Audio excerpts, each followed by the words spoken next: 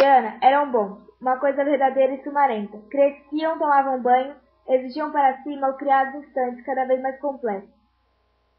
Ana dava tudo tranquilamente, sua mão pequena e forte, sua corrente de vida. Certa hora da tarde, as árvores que plantara riam dela. Quando nada mais precisava de sua força, inquietava-se. No entanto, sentia-se mais sólida do que nunca. No fundo, Ana sempre tivera a necessidade de sentir a raiz firme das coisas. Isso, um lar perplexamente lhe dera. Por caminhos tortos, viera cair no destino de mulher, com a surpresa de nele caber como se tivesse inventado. O ônibus entrava em largas ruas. Logo, um vento mais úmido soprava, anunciando mais que o fim da tarde, o fim da hora estável. O ônibus se arrastava e em seguida estacava. Foi então que olhou para o homem parado no ponto. A diferença entre ele e os outros é que ele estava realmente parado, de pé. Era um cego. Então ela viu. O cego mascava chiclete. Um homem cego mascava chiclete. Ana teve tempo de pensar por um segundo que os irmãos iriam jantar. O coração batia-lhe violento. O ônibus deu uma arrancada súbita. Os passageiros olharam assustados. O cego interrompera a mastigação, tentando inutilmente pegar o que acontecia. O ônibus deu nova arrancada de partida. Poucos instantes depois já não olhavam a mais. O cego ficara para trás. Só então percebeu que há muito passara de seu ponto de descida. Na fraqueza que estava, tudo a atingiu. Desceu do ônibus com pernas débeis. Olhou em torno de si. Por um momento não conseguiu orientar-se. Parecia ter saltado no meio da noite. Era uma rua comprida com muros altos e brancos. Seu coração batia de medo. Ela procurava inutilmente reconhecer os arredores, enquanto a vida que descobria continuava a pulsar e um vento mais morno e mais misterioso rodeava-lhe o rosto. Enfim, pôde localizar-se. Andando um pouco mais ao longo, avistou os portões do jardim. Andava pesadamente entre as árvores. Não havia ninguém de jardim.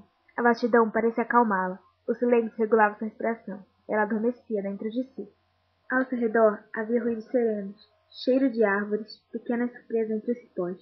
Todo o jardim triturado pelos instantes jamais apressados da tarde. Ana encontrara um banco em um atalho, e ali ficara. Inquieta, olhou em torno. Os ramos se balançavam, as sombras vacilavam no chão. Fazia-se no jardim um trabalho secreto, do qual ela começava a se perceber.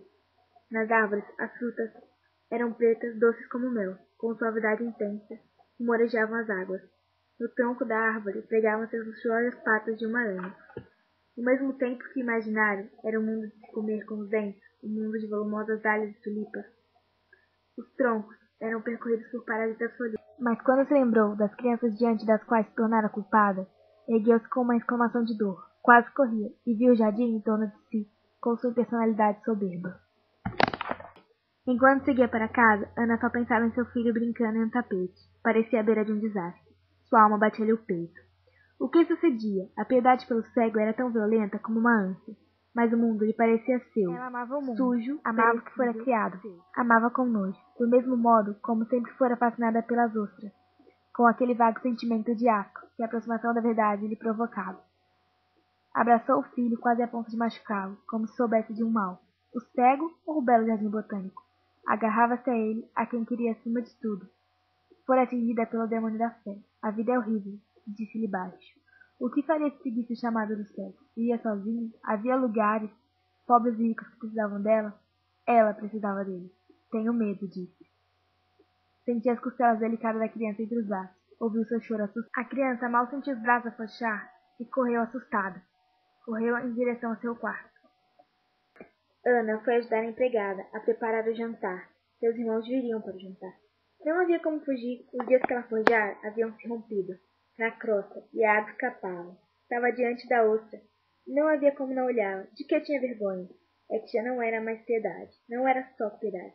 Seu coração se enchera com a pior vontade de viver. Já não sabia se estava ao lado. Depois o marido veio. Vieram os irmãos e suas mulheres. Vieram os filhos dos irmãos.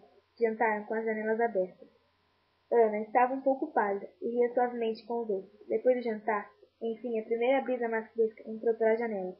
Eles rodeavam a mesa, a família, cansados do dia, felizes em não discordar, tão dispostos a não ver defeitos, riam-se de tudo, com um coração bom e humano.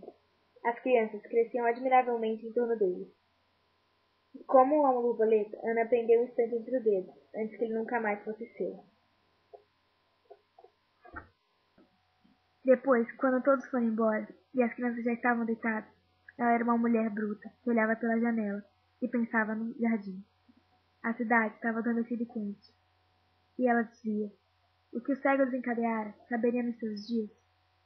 Quantos anos levaria até envelhecer de novo? Mas como a maldade diamante parecia aceitar que da flor saísse mosquito e as histórias redes boiassem no escuro do lago, o cego pendia entre os frutos do jardim botânico. Se fora um estouro no fogão, o fogo já teria pego em toda a casa. Tentou correndo para a cozinha e deparando com seu marido, diante do café derramado. O que foi? Gritou vibrando toda. Ele se assustou com o medo da mulher e de repente riu entendendo. Não foi nada, disse, tom desajeitado. Ele parecia cansado, com olheiras. Mas diante do estranho rosto de Ana, espiou-a com atenção. Depois atraiu-as para si em um rápido afago. Não quero que lhe aconteça nada, nunca, disse ela. Desde que pelo menos me aconteça o fogão dar um estouro, respondeu ele sorrindo. Ela continuou sem forças no braço. Hoje de tarde alguma coisa tranquila se rebentara, e na casa toda havia um tom humorístico triste. É hora de dormir, disse ele.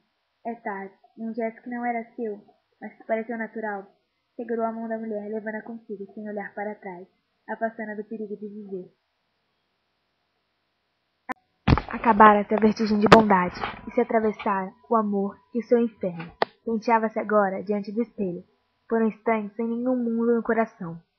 Antes de se deitar, como se apagasse uma vela, soprou a pequena flama do dia.